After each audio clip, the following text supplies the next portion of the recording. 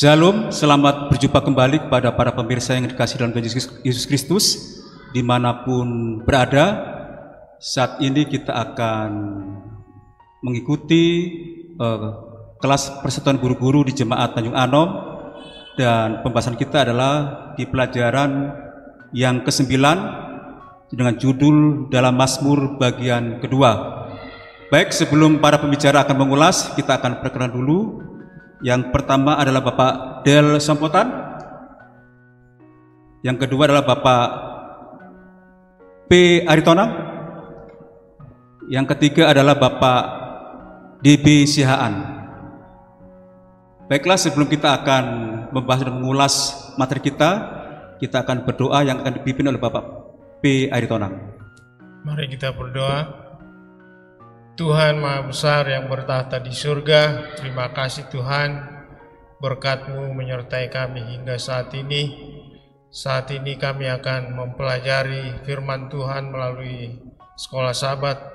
Kiranya Roh Kudus Tuhan memberikan akal budi, bijaksana, pengetahuan bagi kami, sehingga pelajaran sekolah Sabat ini berguna bagi kehidupan kami, membawa iman percaya kami untuk selalu setia di hadapan Tuhan, khususnya menantikan kedatangan-Mu yang kedua kali.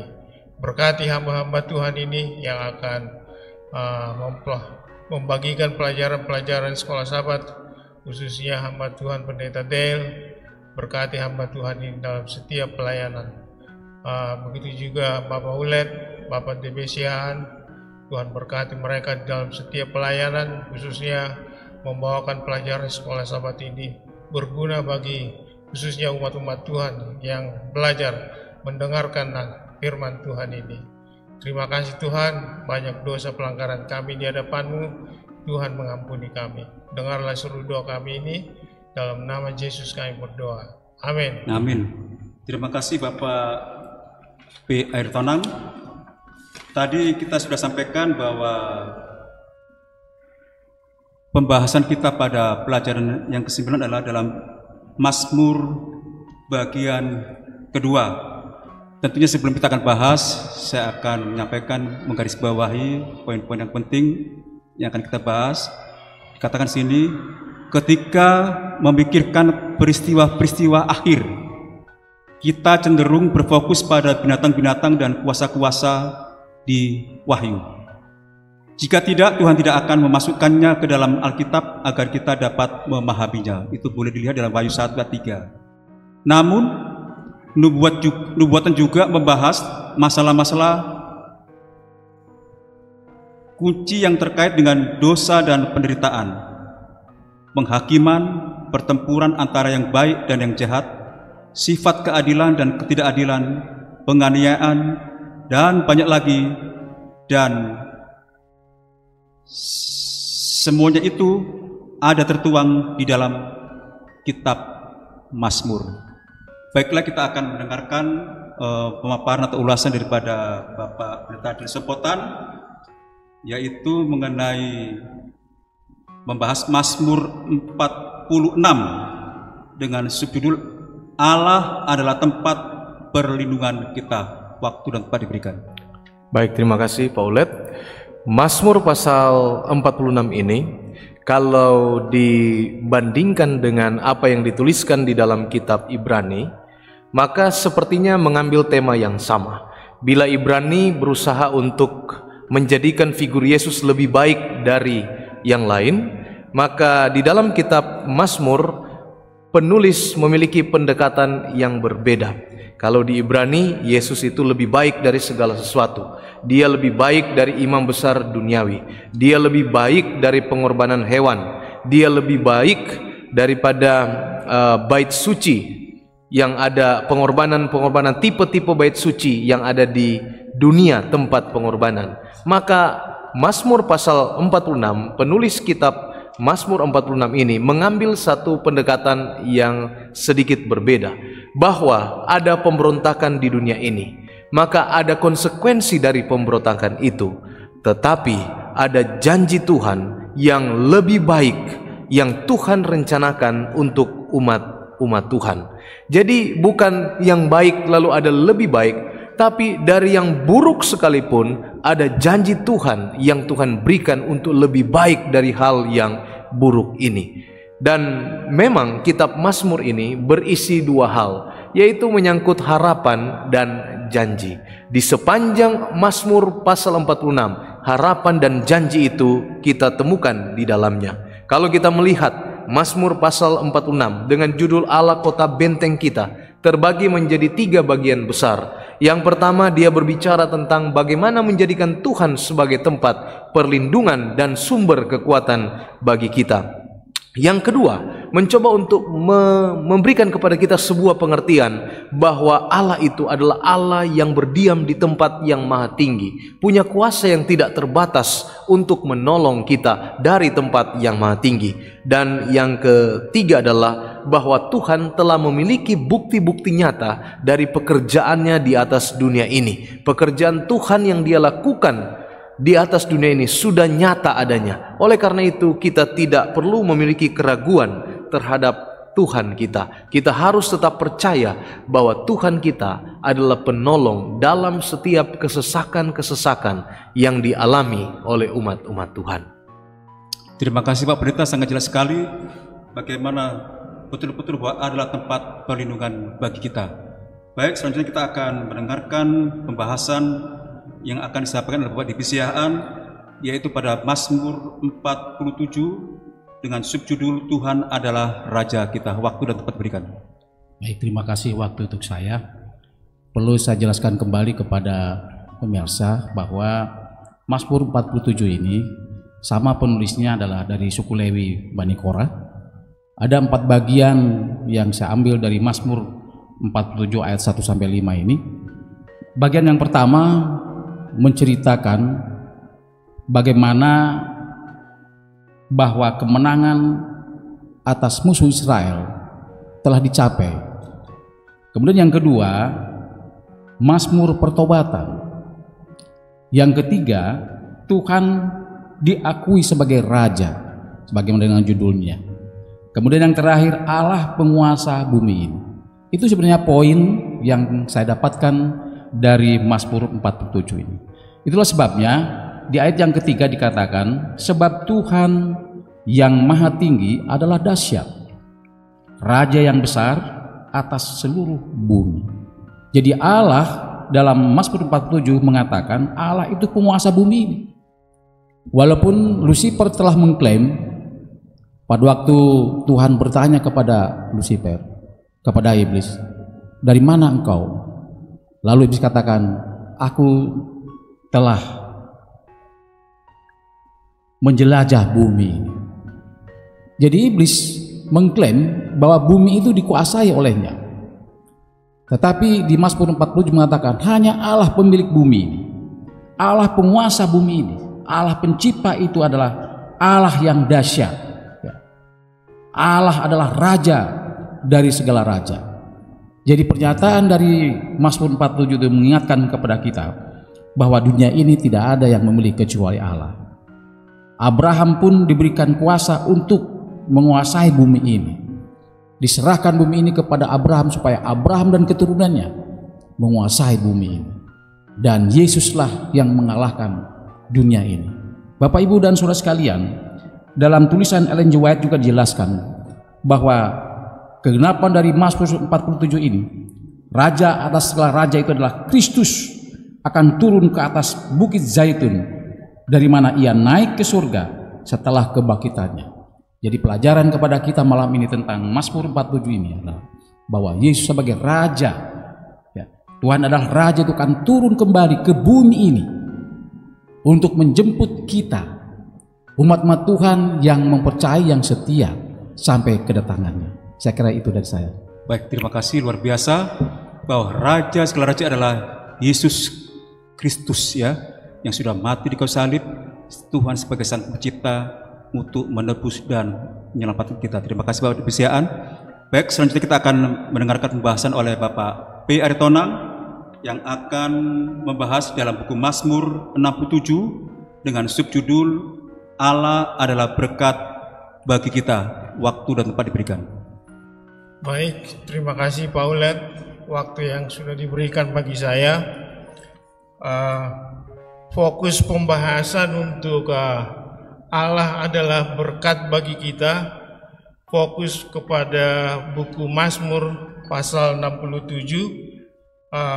Di situ ada 8 ayat, tapi di sini dimulai dibahas di dalam Mazmur 67 pasal 2, dikatakan kalau Mazmur ini dimulai dengan seruan untuk memberkati diri sendiri. Kemudian di ayat 3, setelah keinginan agar jalan Allah dikenal di bumi di antara segala bangsa. Nah, kemudian doa ini meluas kepada semua bangsa yang bertobat. Nah, menariknya di dalam buku Mazmur pasal 67 ini saya melihat bahwa ini rangkaian daripada doa yang dimohonkan kepada tentu Allah Bapa di surga. Permohonan ini melalui kehidupan yang kita lakukan di dunia ini, kita menunjukkan bahwa kita ini memiliki Tuhan sebagai sumber berkat di dalam kehidupan kita. Saya sangat tertarik untuk di pasal Mazmur 67 ayat 3, supaya jalanmu dikenal di bumi. Nah, bagaimana jalan Tuhan itu bisa dikenal di bumi? Saya teringat kepada peristiwa daripada Sadrak, Mesak, Abednego dimasukkan di dalam liang api, di dapur api. Nah, pada saat peristiwa itu terjadi, yang sangat menarik bahwa mereka tidak merasakan apa-apa di situ, sehingga raja pun boleh melihat keajaiban di mana di dalam api itu raja ini melihat orang yang keempat, dan raja itu berkata, saya melihat orang yang keempat, dewa apa itu? Kira-kira seperti begitu ya. Jadi melalui kehidupan Sadrak, Mesak, Abednego, raja ini bisa melihat bahwa ada Tuhan yang mereka sembah menyertai di dalam kehidupan mereka. Itu di ayat 3-nya. Sehingga raja benar-benar melihat Allah yang mereka sembah di dalam kehidupannya, yang mereka yakini di dalam kehidupannya. Begitulah cara Tuhan, maksud-maksud Tuhan di dalam kehidupan Sadrak, Mesak, Abednego, sehingga raja ini bisa mengakui Allah yang mereka sembah adalah Allah yang benar. Nah, kemudian di bagian kedua, bagaimana caranya Allah itu memberkati umat-umatnya. Ini tertarik kita membahasnya untuk di buku Bilangan, bagaimana Harun, bagaimana cara Tuhan memberkati umat-umatnya pada waktu itu. Nah, di buku Bilangan pasal 6, coba kita baca.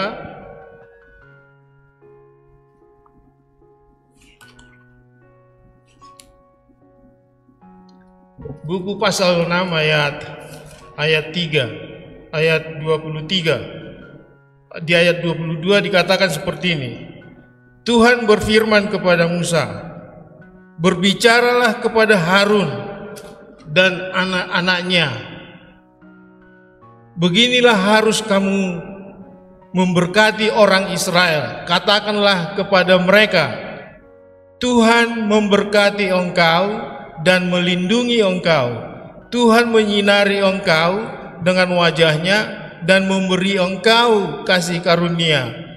Tuhan menghadapkan wajahnya kepadamu dan memberi engkau damai sejahtera. Demikianlah harus mereka meletakkan namaku atas orang Israel, maka aku akan memberkati mereka.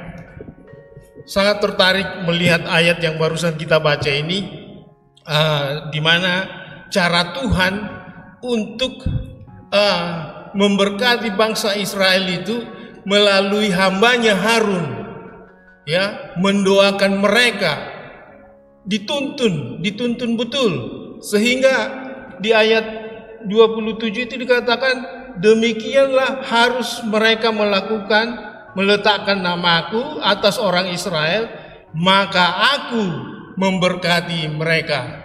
Nah, bagaimana di dalam kehidupan kita sekarang ini? Tentu saat ini kita hanya memiliki pendeta-pendeta yang boleh kita katakan posisi yang dimiliki Harun pada waktu itu sebagai pemimpin umat Israel. Begitu juga saya pikir keadaan kita sekarang ini, bahwa kita ini dipimpin seorang pendeta, ya. Bagaimana pendeta memberkati umatnya, gembalaannya, sehingga Tuhan memperhatikan segala doa-doa daripada pendeta itu agar umat-umat itu bisa diberkati. Nah, cara yang sangat menarik yang dilakukan Tuhan kepada bangsa Israel pada waktu itu dengan melalui Imam Harun memberkati, mendoakan mereka. Jadi dalam pelajaran ini bukan hanya bangsa Israel dikatakan yang menjadi tujuan mendapatkan berkat, tetapi dikatakan kepada semua bangsa yang bertobat. Mazmur ini memiliki penggenapan eskatologis ketika semua bangsa dan bukan hanya Israel akan mendapat manfaat dari berkat Allah. Doa ini akan digenapi hanya di Yerusalem baru, di mana kota itu tidak memerlukan matahari dan bulan untuk menyinarinya. Inilah tujuan kita, ya. Berkat Tuhan itu nyata di dalam kehidupan umat-umatnya saat Yesus datang nanti yang kedua kali, bahwa kita akan bertemu di sana, umat-umat Tuhan yang setia di hadapan Tuhan, bertemu di sorga, di tempat yang Tuhan sediakan bagi umat-umatnya. Inilah menjadi tujuan kita semuanya untuk menempati kerajaan yang Tuhan berikan. Berkat itu nyata di Yerusalem baru nanti. Demikianlah pendapat yang bisa saya sampaikan. Baik, terima kasih pembahasan oleh Bapak Ari Tonang. Tadi ada sekilas yang saya dengarkan bahwa bukan hanya bangsa Israel yang diberkati oleh Tuhan, tapi juga bangsa-bangsa yang bertobat. Begitu Pak Menteri ya? Ya. Oke. Semoga kita juga sebagai pribadi atau bangsa bertobat akan mendapatkan berkat yang indah dari Tuhan. Ada satu lagi yang akan dibahas oleh Bapak Pendeta mengenai Mazmur 75 Pendeta ya, yaitu mengenai Allah adalah hakim kita. Waktu diberikan. Di dalam Mazmur 75, di sana ada satu syair nyanyian yang dalam pemikiran beberapa orang selalu dikaitkan itu dengan apa yang terjadi di 2 Tawarit 32 dan 2 Raja-Raja 19, di mana pada waktu itu secara tiba-tiba pasukan Sanhedrin secara tiba-tiba saja dihancurkan. Dan ketika pasukan Sanhedrin ini hancur, maka umat-umat Tuhan yang lolos dari penyergapan dari pasukan Sanhedrin, mereka menyanyikan Mazmur 75 yang isinya adalah menyampaikan bahwa Allah adalah hakim yang adil. Dan ini juga menggambarkan apa yang terjadi di dalam Wahyu pasal 20 ketika orang-orang fasik pada akhirnya harus dilenyapkan oleh Tuhan. Allah hakim yang adil melenyapkan, menghancurkan orang-orang fasik yang digambarkan di dalam Wahyu pasal 20. Dan juga sebagai umat Tuhan yang berada di kota suci pada waktunya nanti ketika diselamatkan bersama dengan Raja, maka kita akan melihat bahwa ketika datang setan dan semua pengikut-pengikutnya, ketika mereka datang mengepung kota Allah bersama Raja dan umat Tuhan yang ada di dalamnya, maka mereka sendiri akan dihancurkan oleh Tuhan. Nah, disinilah kita bisa melihat di dalam Mazmur pasal 75 bagaimana letak ketegasan keadilan Tuhan di tengah-tengah kehidupan kita sebagai manusia. Bagaimana Tuhan menjadi hakim yang adil. Bagi saudara-saudara sekalian mungkin saat ini mengalami rasa-rasa ketidakadilan, percayalah bahwa satu waktu Tuhan akan datang menjadi Allah hakim yang adil untuk kita semua. Saya kira ini pandangan singkat saya menyangkut Mazmur pasal 75. Baik, terima kasih. Tentunya kita harus mengimani ya bahwa Tuhan adalah Allah yang setia Pak ya, hakim yang adil. Boleh jadi kita sebagai manusia yang berdosa belum merasakan akan keadilan Tuhan, tapi bila mana kelak kita akan melihat bahwa Tuhan adalah Allah yang adil. Tadi kita sudah mendengarkan pembahasan mengenai Allah sebagai perlindungan kita, Tuhan sebagai Raja kita, Allah sebagai berkat bagi kita, dan Allah adalah hakim kita. Itu adalah suatu anugerah bagi kita semua di sini. Ada satu pertanyaan yang boleh kita sampaikan Pak Pendeta, yaitu satu aja Pak Pendeta ya, dikatakan sini, bagaimana kita dapat menerima dan menikmati anugerah belas kasihan Allah dalam kita saat ini dan berjalan dengan penuh kepercayaan dan sukacita saat kita berjalan di dalam terangnya. Baik, terima kasih. Ini pertanyaan yang baik sekali, bahwa bagaimana caranya kita siap menerima anugerah Allah. Yang pertama, kita harus pastikan kita ini sejalan dengan Allah, kita menurut kehendak Allah, kita setia kepada Allah, sehingga dengan mudah Allah memberkati kita, memberikan belas kasihannya kepada kita. Secara spesifik apa yang perlu kita lakukan? Saya rindu untuk membaca Amsal 3 ayat 6. Ini ayat yang penting untuk kita semua. Akuilah Dia di dalam segala lakumu, maka Ia akan apa? Meluruskan jalanmu. Kalau kita menempatkan Tuhan yang utama di dalam kehidupan kita, mengakui Dia di dalam seluruh jalan-jalan kehidupan kita, maka jalan kita ini akan lurus dan kita sedia untuk menerima belas kasihan Tuhan di dalam kehidupan kita. Terima kasih pemerintah. Jadi ingat, kita harus mengakui Tuhan yang utama di dalam setiap kehidupan kita, supaya Tuhan meluruskan setiap kehidupan kita. Terima kasih kepada para pembicara, Bapak Dari Sompotan, Bapak P.R. Tonang, Bapak Bibi Siaan. Semoga ulasan-ulasan yang disampaikan saat ini kepada kita, terlebih kepada pemirsa, memberikan suatu wawasan, pemahaman bagaimana Tuhan sangat mengasihi kepada kita yang berdosa ini, ya, sehingga kita boleh diarahkan bagaimana menjadi anak-anak yang taat kepada Tuhan. Baiklah, kita akan akhiri pembahasan kita, dan tentunya kita minta tolong Pak Pendeta mendoakan kepada para pemirsa dan juga kepada firman Tuhan ini agar boleh menjadi berkat dan berkuasa kepada masing-masing kita. Mari kita berdoa. Terima kasih Tuhan, oleh karena firman-Mu menguatkan, meneguhkan kami untuk tetap setia kepada Tuhan. Bahwa di tengah-tengah kehidupan kami di dunia yang berdosa ini, banyak kesesakan, banyak masalah, banyak pergumulan yang kami hadapi. Tapi kami tahu Tuhan adalah penolong dalam kesesakan sangat terbukti. Dan Tuhan akan datang sebagai hakim yang adil untuk memberikan kepada kami anugerah keselamatan pada suatu waktu nanti. Tuhan berkati semua pemirsa kami. Kiranya rahmat dan anugerah Tuhan berlimpah-limpah dicurahkan bagi pemirsa kami. Berkati kami semua yang telah melayani. Kiranya rahmat dan damai Tuhan menjadi bagian kami. Ini doa kami, ampuni dosa kami.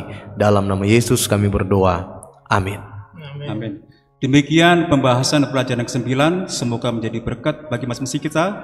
Terima kasih kepada pembicara. Tuhan berkati. Sampai jumpa lagi.